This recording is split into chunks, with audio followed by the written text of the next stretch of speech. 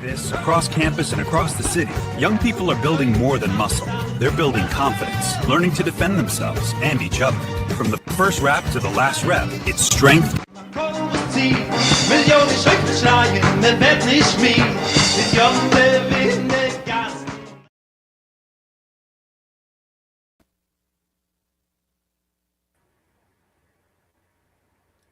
Greetings, everyone. Welcome to Shofar, the official podcast of JDL USA. We have special guest Rabbi Nachum Shifren joining us, and we're very grateful to have him here today. So everyone welcome him. And we're going to be having a little bit of I suppose, a walk down memory lane, so to speak, a memorial for Binyamin Kahane and his wife Talia.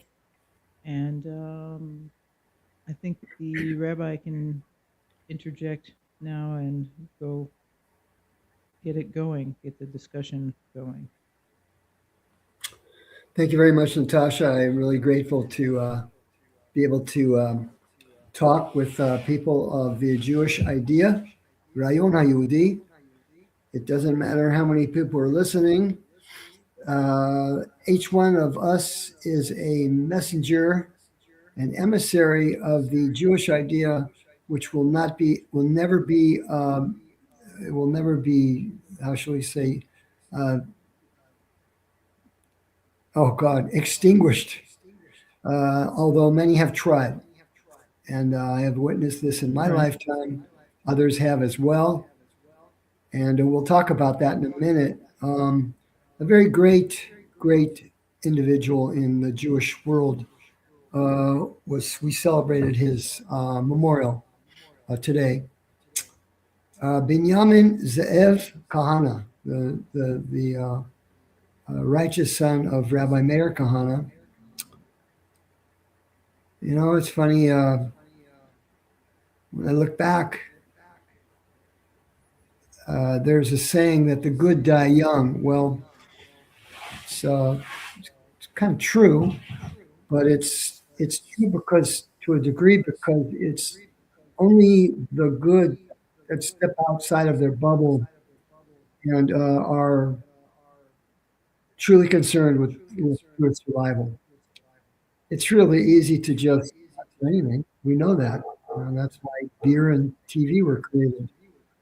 But for people that really see what's happening and want to make a difference, it's absolutely a miracle that those people stand up and rise and fill the role that they were meant to fill.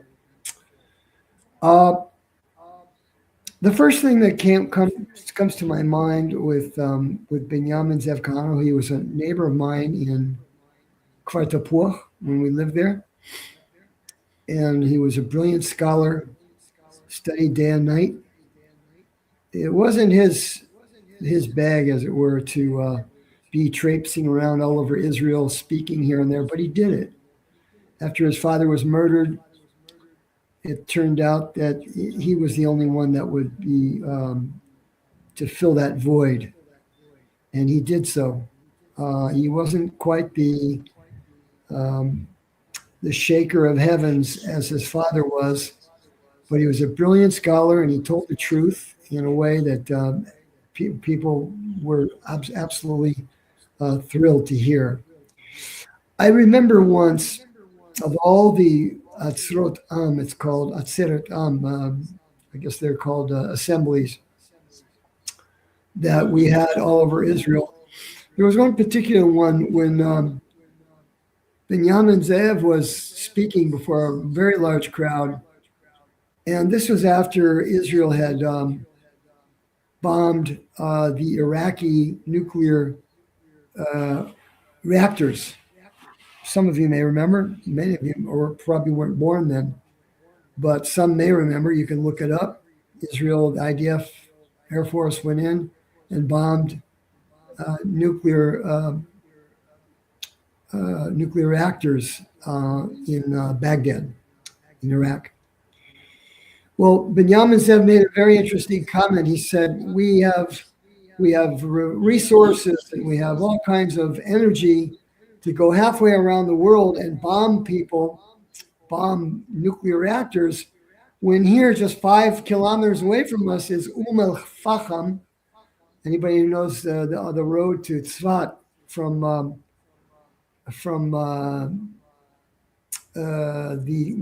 coast on the Mediterranean. There's a way that you go through. I forget the exact city. I forget the exact city, but anyway, on the way to Tzfat in the Galilee, there's a very large Arab village called Faham. Many of the residents there are bloodthirsty terrorists, and those that are not are those that wish they were bloodthirsty terrorists. So Binyamin said, why are we spending all this money and fuel and bombs and planes to go halfway around the world when we have next to us people that are literally waiting to murder us and stab us in the back? Well, you can imagine, or you can imagine, very few people understand politics in Israel. In order to understand politics in Israel, you need to understand about the KGB and the Soviet Union and the communist left. Once you understand that, you'll understand how the Israeli justice system works. It's a very interesting thing how that happened. Most of the people that came to Israel, the people that were influencers in the Knesset, in the parliament, and in politics, were of that ilk. Russians, Eastern Europeans, at least, that sort of thing. You don't see any Sephardic people that would be doing some of the shenanigans that these guys were doing, interestingly enough, which is one of the reasons why when Rabbi Kahane used to go speak in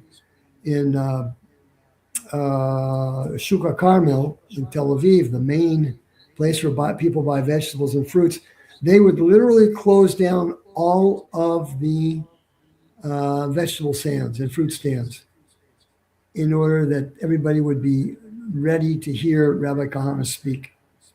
Know for a Jew that anybody that has a vegetable stand in Shukra Carmel is not there because he's a rich man. These are people that work very hard to make a living. So for them to shut their stands, it was pretty impressive. So anyway, I was a neighbor of Binyamin Kahane in Kvartapuach, and the Israeli secret police, that was called the Shabak actually, Shirutei Bitachon Klali, the security forces, came, arrested Binyamin and me. I didn't say anything, but I was there just to support Binyamin, of course, to help him for security and whatnot. And we found ourselves in a place called the Migrash Harusi. Now, this is a funny place because it's a place where the British used to intern people during the British Mandate. And it's in Jerusalem. And it's a funny name, Migrash Harusi. It's called the Russian Compound. I can only think that it was called that way because the Israelis used the KGB tactics. So they figured we might as well name it after the Russians, after all, to imprison people in this compound. And they did. I asked my jailer, why am I here? He goes, because we feel like it. Pretty good answer. You don't find that in the United States, right? That would be illegal. But in Israel, not a problem. Binyamin was accused of hasata legezanut. Anybody know what that means? It's called incitement for racism, to be racist. Wow. Meaning that because he said the truth, he was called a racist. There's nobody in Israel that could doubt, even the Arabs would never doubt that El Faham is a place of serious consequence for a Jew that would stumble into there. I'm so glad that's not a rule or anything they would do in America. They'd have put me under the jail by now. Oh, no, the Gentiles wouldn't touch you, but the Jews would. Right. That's the difference. The Gentiles could care less about you. You're a nothing for them. But for the they call me Jews, racist too, though. it's blather. For the Jews, you're very, very important. But for the Gentiles, they've got bigger fish to fry. But what I wanted to say is that we're celebrating Binyamin's memorial today. We had it yesterday, actually. And I wanted to just point out a few things. He was a very big Torah scholar, quite big, actually. He devoted himself entirely to studying Torah. He wasn't into politics. He was thrown into it due to the fact that his father was gone from us. And Binyamin saw a need to fill that gap. One night, he and Talia, his wife, they lived actually 2 houses down from me. I said they were a neighbor. They were. They were coming home from Jerusalem, visiting the kids' grandparents and Rabbi Kahane. No, I'm sorry, not Rabbi Kahane, but just the grandmother, of course, who survived, the widow. And in a place called Ofra. Ofra is a Jewish settlement between Jerusalem and Somet Tapuach, where we owned a home in Kfar Tapuach. And there, Binyamin and Talia were murdered by 60 bullets. The Shabak found out how many bullets came through the window. They determined it was 60 bullets that murdered Binyamin and Talia. The kids were in the back seat, completely unharmed. No bullets, no shots. Meaning that these people were set up, and it wasn't Arabs. Arabs don't know what Binyamin's going to do, if he's going to go get a hot dog or a pizza, or if he's going to go daven somewhere. They have no idea what his schedule is. But the blame was put on Arabs, local Arabs. Nobody believed that for obvious reasons. And it was clear to us, and still clear, and they haven't even figured out. It's been now 20 years or so, maybe more, since this happened. Of course, no investigation. Nobody's figured out who did it. But we all know that it was not the Arabs. The Arabs would never have known his schedule. He was a very private person. And there was no doubt the Israeli Secret Service. Now, why would they do that? Answer: because any time you heard the name Kahane mentioned, this was a thorn in the side of the Jewish establishment. When I say Jewish establishment, I mean all of them. Yitzhak Shamir, former prime minister, Yitzhak Rabin, excuse me. All of them had one thing in common: a hatred for the Jewish idea and a hatred for Kahane. So the assumption was that the Israeli Secret Service had Arabs. They probably paid them 1,000 shekels to do it. Why not? They can make 1,000 shekels and pull the trigger in five seconds. They'll get the 1,000 shekels. So that's what happened.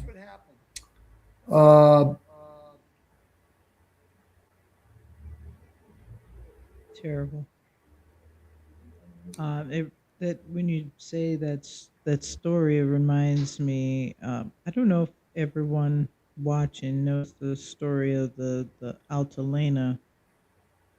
Nobody knows it except a few of us. This generation probably wouldn't know, but it's very similar. This war has been going on since the Jewish state, quote unquote, the state of Israel, was established in 1948. There's been a vicious war between the left, the communist left, those that are more or less Hellenists, and those people that want to believe in God and believe that Israel is a special place. There's been a very special. There's been a heated war going on. You'll never know about it because you don't speak Hebrew. I'm talking about you. I mean the collective you. You're not following the press. You're not seeing what's going on. You don't know the background. It's been said that if it wasn't for the Arab terrorists, Jews would be attacking each other. That's true. You can believe that. And To some extent, yeah. that's very true.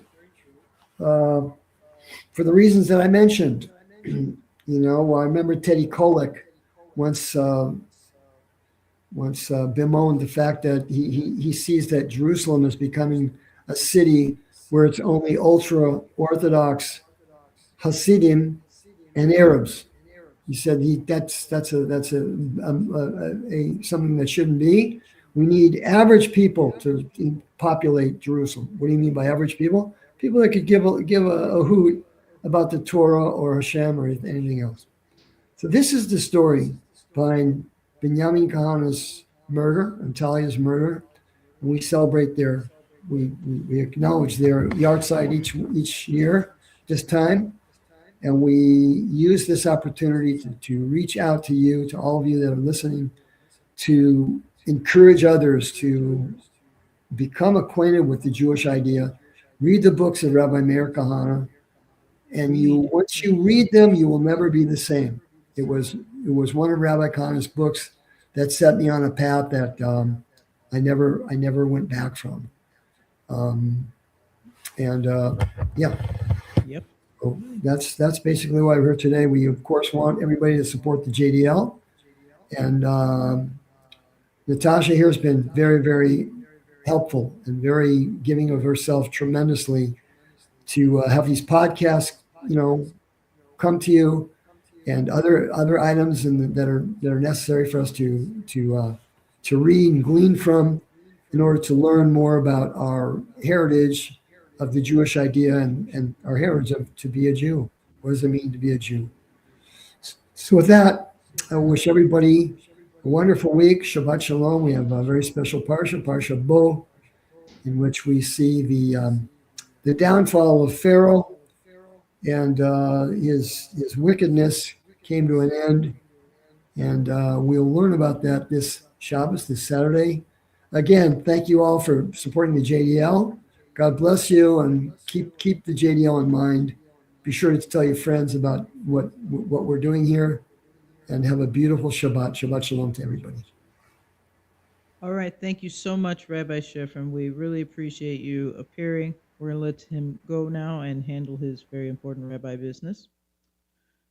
And yeah, that was an amazing little bit of real life memories that we got to hear from the rabbi there, talking about the Kahane family and some of the issues in Israel with, like, the government there in Israel, the comparisons to the United States, some of the rights that we enjoy and take for granted, we have to remember, are not worldwide. You can't just say whatever and do whatever you want in the Middle East. Well, you can, but you got to be ready to fight people. In the chat here, minutes before the attack, the couple had dropped off their 9-year-old son, Meir, at Beit El, where he attended school. Binyamin Kahane was fatally shot and lost control of the car, which then overturned. And that's what happened. And as the rabbi was hinting at, the official government narrative, like many official government narratives, was questionable. As is the case with government in many cases, as we well know. Do we know for sure that they paid some Arabs? We don't know, but it's definitely questionable. Just like many other things are. So, question everything. It's the Jewish tradition to engage and question, not to just accept blindly. Even at Sinai, we had a problem with that. We had a problem you know, accepting even our responsibility. So, yeah, but thank you again to the rabbi for relaying that to us, and thank you for to Shlomo in the comments there with that bit of information which I just relayed. So this weekend, uh, be sure to visit, but not during Shabbat. Be sure to visit the JDL website, which has been recently revamped. It's thejdl.us, and membership applications are now open again. So you know what to do. And if you don't, then you're not the one. Don't worry about it. Have a good night, folks.